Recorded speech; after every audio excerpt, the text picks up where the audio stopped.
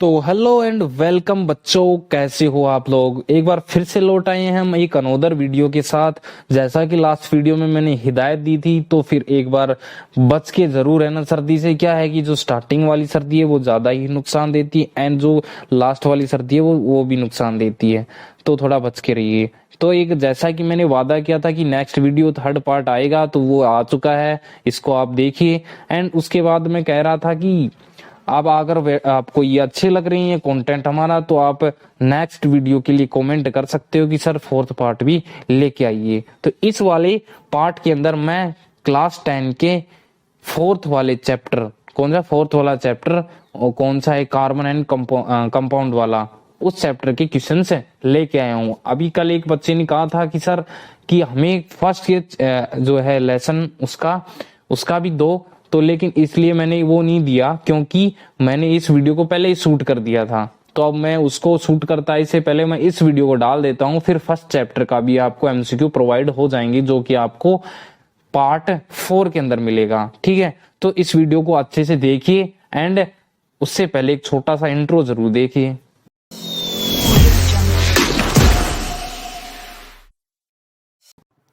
हाँ तो बच्चों स्टार्ट करते हैं हमारे पहले क्वेश्चन से। इंट्रो तुमने देख लिया, अच्छा लगा तो लाइक जरूर ठोक देना। ठीक है, साथ में क्वेश्चन स्टार्ट करते हैं हमारा कि किस गुणधर्म के कारण कार्बन के यौगिकों की अत्यधिक संख्या होती है। तो कौन से गुणधर्म के कारण क्या करते हैं, जो झुंड के रूप में नहीं मिलता है कार्बन, वो किस गुणधर्म के कारण, किस गुण के कारण उसमें ऐसा होता है। तो मैं आपको बता दूं, ये होता है उसकी संयोजकता के कारण होता है। कौन सी?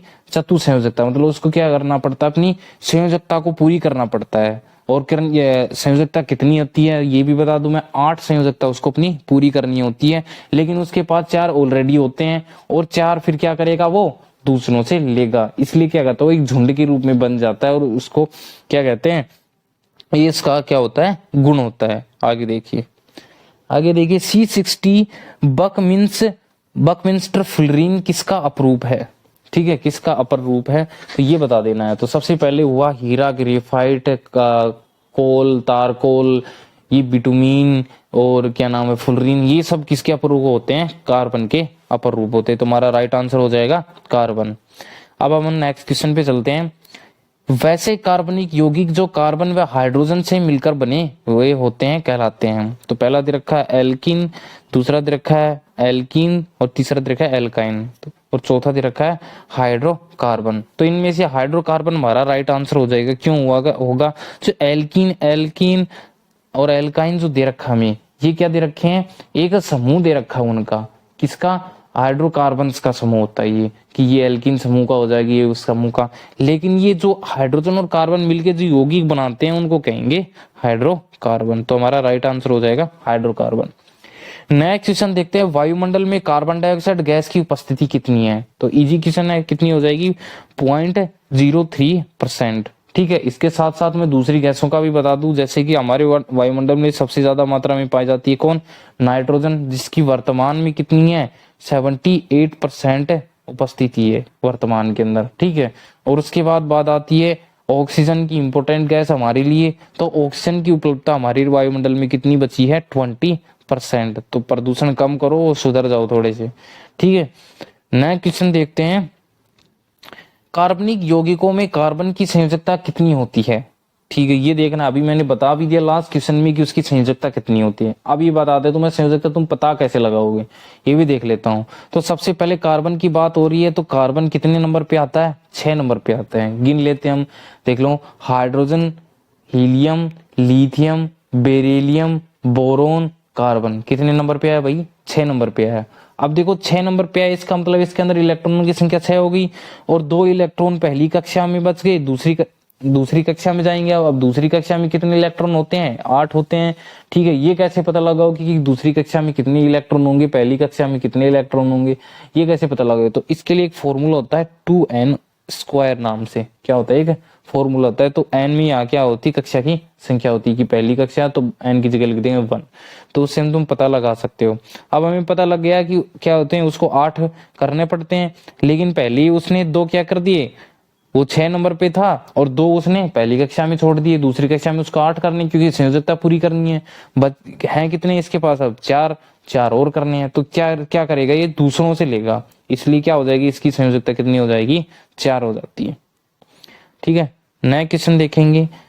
ऑक्सीजन के दो परमाणुओं के बीच कितने आबंध पाए जाते हैं? तो देखो ऑक्सीजन सबसे पहले कितने नंबर पे आता है, 8 नंबर पे आता है, गिन लेते हैं। Hydrogen, helium, lithium, beryllium, boron, carbon, nitrogen, oxygen हो गया। ऑक्सीजन कितने नंबर पे हुआ, 8 नंबर पे आ गया हमारा ऑक्सीजन।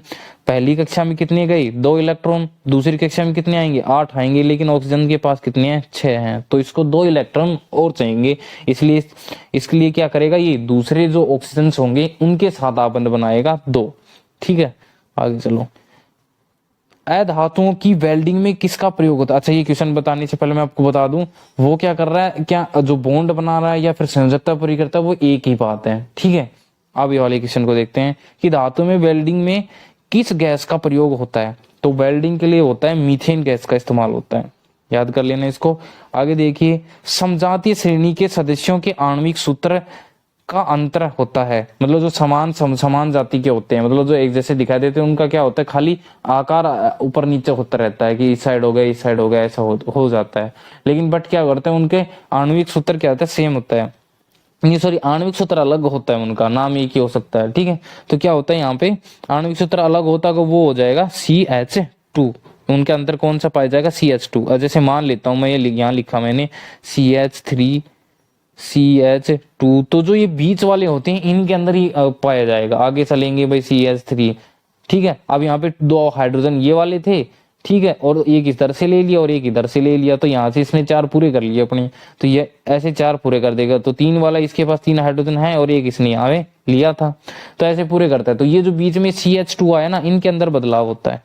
आगे देखो, जैव शक्ति का सिद्धांत किसने प्रतिपादित किया था? तो जैव शक्ति का सिद्धांत किया था वोहलर ने। आगे देखते हैं, प्राकृतिक गैस का मुख्य अवयव है। तो प्राकृतिक गैस का मुख्य मतलब किससे बनाई जाती है, प्राकृतिक गैस किससे बनती है? तो मुख्य अवयव हो जाएगा इसमें मीथेन गैस हो जाएगा। नेक्स्ट क्वेश्चन देखते हैं, CnH2n-2 का रासायनिक सूत्र। रासायनिक सूत्र बताना है किसका भाई, ये किसका है ये बताना है। तो सबसे पहले मैं बता दूं कि CnH2n 2n तो होता है किसका, एल्कीन का, और -2 हो जाएगा फिर एल्काइन का, क्योंकि +2 किसका होता है, एल्केन का होता है। तो मैंने सारों के बता दिए हैं, तो हमारा राइट आंसर यहाँ पे क्या आ जाएगा, एल्काइन। नया क्वेश्चन देखते हैं कि CHO क्रियाशील मूलक को क्या कहते हैं? अच्छा, इसको वो भी बोलते हैं, प्रक्रियात्मक समूह को क्रियाशील मूलक भी बोलते हैं। तो CHO किस प्रक्रियात्मक समूह का नाम है, ये बताना हमें। तो CHO किसका होता है, कोई बता सकता है? ये होता है एल्डिहाइड का। किसका होता है, एल्डिहाइड का। नया क्वेश्चन देखते हैं, नाइट्रोजन अणु में नाइट्रोजन परमाणु के बीच कितने आबंध पाए जाते हैं? ठीक है, नाइट्रोजन जो अणु उनके बीच में कितने आबंध होंगे ये बताना हमें। तो सबसे पहले देख लेते हैं कि नाइट्रोजन होता कितने नंबर पे है। नाइट्रोजन होता है भाई 7 नंबर पे होता है। जैसे गिन लो, hydrogen, helium, lithium, beryllium, boron, carbon और नाइट्रोजन हो गया 7 नंबर पे। अब इसने क्या किया, पहली कक्षा में 2 इलेक्ट्रॉन छोड़ दिए, बचे कितने इसके पास, घटा देंगे भाई, 7 में से 2 घटाया, कितने बच गए, 5 बच गए।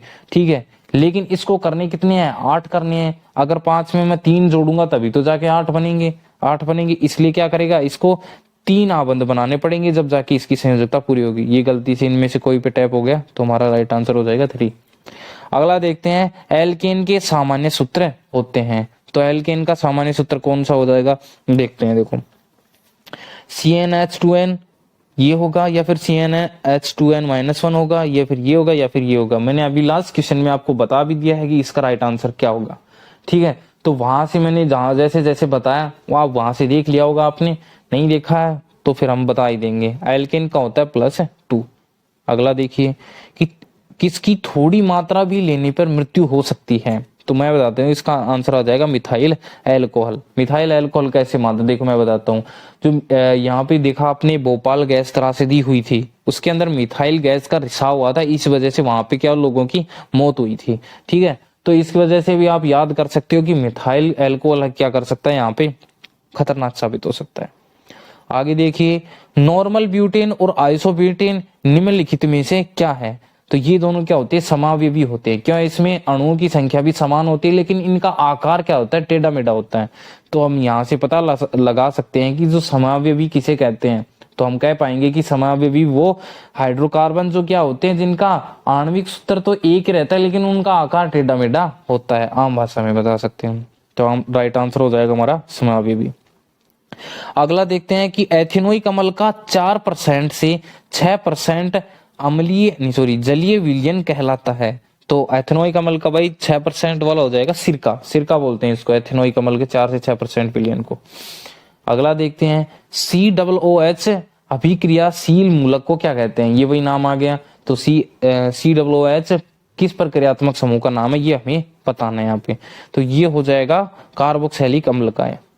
अगला देखिए निम्न में से कौन सहसंयोजी यौगिक है। तो सहसंयोजी यौगिक बताना हमें यहाँ पे कौन सा हो सकता है भाई, सहसंयोजी यौगिक CA गलत हो गया भाई, देखो ये आ जाएगा CH2 नहीं सॉरी CH4। CH4 कैसे हुआ देखो, क्योंकि ये गलती मैंने ध्यान नहीं दिया यहाँ पे, मैंने गलती से टैप कर दिया, इस पे होना चाहिए CH4 ही। पहली बात तो ये है कि कार्बन का चैप्टर चल रहा है तो कार्बन से रिलेटेड ये आंसर होना चाहिए। और दूसरी बात ये कि यहाँ पे सहसंयोजी क्यों होगा, क्योंकि कार्बन अपनी संयोजकता पूरी करता है ना हाइड्रोजन से जुड़ के, तो यहाँ पे बॉन्ड कौन बनाएगा, कार्बन बना रहा है यहाँ। ठीक है, नेक्स्ट देखते हैं एल्किन के सामान्य सूत्र होते हैं। तो एल्किन देखो पहले नंबर पे एल्केन आया, फिर दूसरे पे एल्किन आता है, फिर तीसरे पे एल्काइन आता है, ऐसे याद करके रख लो। तो पहले नंबर पे आया इसका मतलब +2 हुआ, दूसरे नंबर पे आया कुछ भी नहीं हुआ, और तीसरे नंबर पे आया इसका मतलब -2 हुआ। तो एल्किन कितने नंबर पे है, 2 नंबर पे, तो इसका राइट आंसर हमारा हो जाएगा ये हो जाएगा।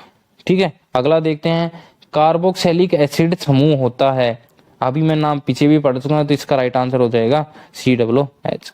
निम्न में से कौन आयनिक यौगिक है, आयनिक यौगिक बताना अब की बार, जब तो था सहसंयोजक यौगिक, तो आयनिक यौगिक हो जाएगा हमारा यहाँ पे CaCl2।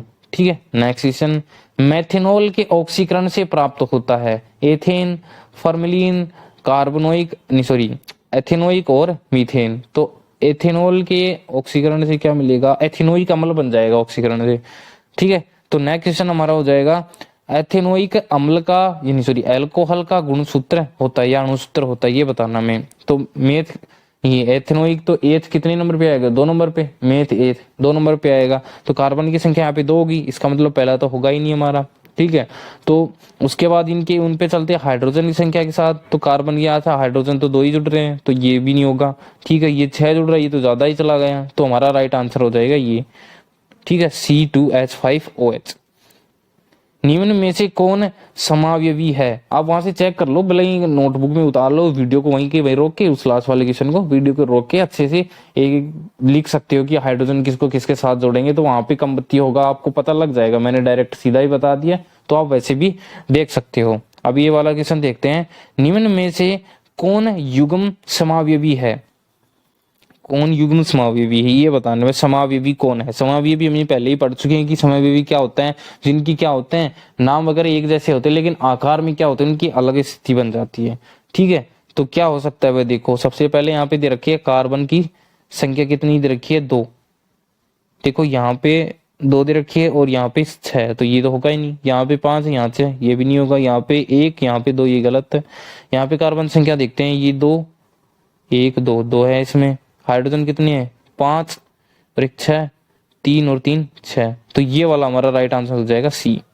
ठीक है, अगला देखो OH का क्रियाशील मूलक कौन है, क्रियाशील मतलब प्रक्रियात्मक समूह। ठीक है, तो इसका दूसरा नाम क्रियाशील मूलक भी कहते हैं। तो OH का प्रक्रियात्मक समूह क्या है, तो OH का प्रक्रियात्मक समूह सबको पता है, एल्कोहल होगा। नेक्स्ट देखते हैं बेंजीन का अणुसूत्र, बेंजीन का अणुसूत्र होता है C6H6। ठीक है, तो ये हो जाएगा, इसका डायग्राम भी बनता है बेंजीन का, ऐसे करके बनेगा, आगे पढ़ोगे जब तुम्हें पता लग जाएगा, तो तुम तो पढ़ ही रहे हो वैसे, आगे ऐसे करके बनता है। ठीक है, एक के साथ डबल बॉन्ड लगता है, एक के साथ नहीं लगता, फिर एक के साथ फिर लग जाता है, ये बेंजीन का चित्र होता है। ठीक है, नेक्स्ट क्वेश्चन देखते हैं, एथेन का आणविक सूत्र C2H6 है इनमें। ठीक है, एथेन का आणविक सूत्र दे रखा है, इनमें से क्या होगा उसमें, मतलब कहने का मतलब कौन सा सहसंयोजी और कितने सहसंयोजी बंद होंगे। तो यहाँ पे पहले मैं लिख लेता हूँ, आसान हो जाएगा जिससे आपको समझने में। 2 कार्बन लिख दिए मैंने, 1 हाइड्रोजन इधर, 1 इधर, 1 इधर, 1 इधर, 1 इधर और 1 इधर, 6 के 6 हाइड्रोजन हो गई कंप्लीट। अब यहाँ से बॉन्ड गिन लेता हूँ मैं, बंदी तो बताने हमें, 1 2 3 4 5 6 7, 7 होगी। कई बार क्या करते हो तुम डायरेक्ट सीधा देखते हो, मैंने इसीलिए इसको ऐसे लिख के बताया, डायरेक्ट सीधा देखते हो तो तुम ये जो कार्बन के बीच से जो बॉन्ड बन रहा है ये नहीं गिन पाते हो, तो उसके लिए वजह से तुम गलत कर पाओगे, इसलिए मैंने इस चित्र को बना के फिर बताया आपको। अगला क्वेश्चन देखते हैं, वैसे कार्बनिक यौगिक जिनके आणविक सूत्र समान लेकिन रचनात्मक सूत्र भिन्न होते हैं कहलाते हैं। कह रहा है कि जिनके आणविक सूत्र तो क्या हो, समान हो, लेकिन रचनात्मक सूत्र अलग अलग हो। ठीक है, तो रचनात्मक सूत्र के लिए हो जाएगा भाई वो समजात। नहीं, अरे नहीं, अभी हमने समा भी पीछे ही पढ़ा है कि आणविक सूत्र समान, गलती से हमने दबा दिया, ध्यान नहीं रहा कि अभी थोड़ी देर पहले ये क्वेश्चन किया है कि जो क्या जिनके क्या रहते हैं नाम वगैरह तो एक जैसे रहते हैं लेकिन आकार उनका टेढ़ा मेढ़ा रहता है, तो यहाँ भी वही है क्या रचनात्मक सूत्र भिन्न होता है लेकिन आणविक सूत्र समान होता है, यहाँ पे हमारा हो जाएगा समयावयवी। ठीक है, नेक्स्ट क्वेश्चन देखते हैं, खाना बनाते समय यदि बर्तन की तली बाहर से काली हो रही है तो इसका मतलब क्या है। तो इसका मतलब ये है ईंधन अच्छे से नहीं जल रहा है, तो इसमें दे रहा है भोजन पूरी तरह नहीं पक रहा, ईंधन पूरी तरह नहीं जल रहा, राइट आंसर हो जाएगा हमारा।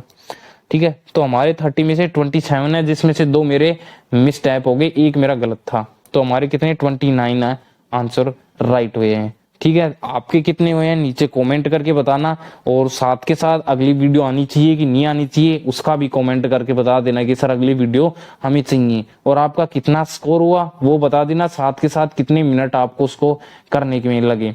ठीक है, तो मिलते हैं बच्चों नेक्स्ट वीडियो में। जाने से पहले आपने अगर यहाँ तक हमारी वीडियो देखी इसका मतलब आपको अच्छी लगी वीडियो, आपको हमारा कंटेंट अच्छा लगा, इसलिए लाइक कर दीजिए, एंड अगले पार्ट 4 आने वाला है उसके लिए क्या कर दीजिए, चैनल को सब्सक्राइब करके और बेल आइकन को ऑल पे सेट कर दीजिए, जिससे आपको आने वाली वीडियो का नोटिफिकेशन मिल जाएगा। ठीक है, और ज्यादा से ज्यादा वीडियो को शेयर कीजिए, आपके जो कॉम्पिटिटिव फ्रेंड्स हैं उनको भी पता लगे कि हमारे यहाँ पे टीचर ये अच्छा है, या फिर इनका कंटेंट यहाँ से हम क्वेश्चंस को देख सकते हैं। ठीक है, तो तब तक के लिए बाय, मिलते हैं नेक्स्ट वीडियो में।